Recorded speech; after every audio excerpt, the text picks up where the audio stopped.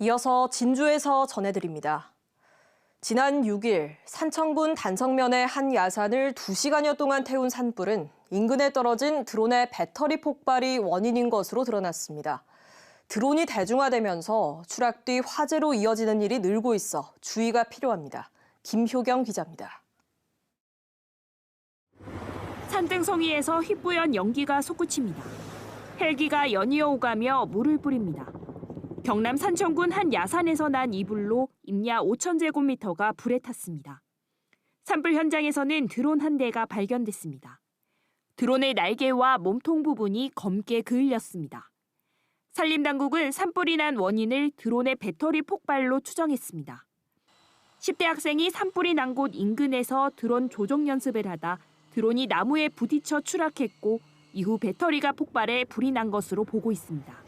강풍이 또 발생하는 바람에 150명 정도가 투입되었고 시설 장비가 헬기 5대, 소방차 9대.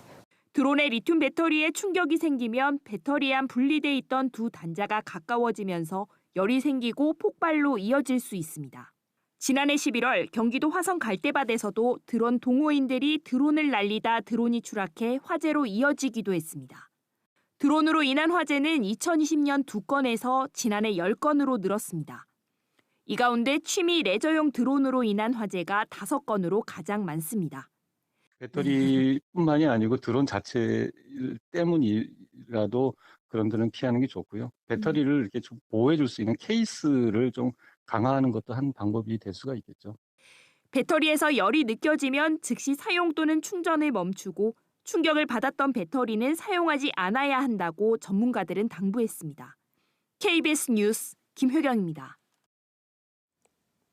진주에 있는 중소벤처기업진흥공단과 보건산업진흥원 등 9개 기관과 SK바이오, 셀트리온, 삼성바이오로직스 등 기업 3곳이 오늘 중진공 대회의실에서 백신 산업 지원 업무 협약을 맺었습니다. 참여한 기관들은 백신 관련 중소 중견기업들의 성능 시험과 인증을 위한 자금을 지원하고 대기업들은 이들 중소기업들의 성능 시험에 필요한 실험실과 관련 컨설팅을 지원하게 됩니다. 하동군이 이동이 어려운 장애인과 노인 등을 위해 무장애 관광 안내 지도를 만들었습니다.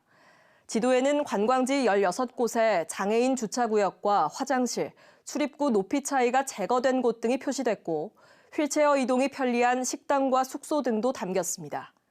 하동군은 지도를 전국 자치단체와 장애인 단체에 나눠주고 내년 하동 세계차 엑스포 행사장에도 둘 계획입니다.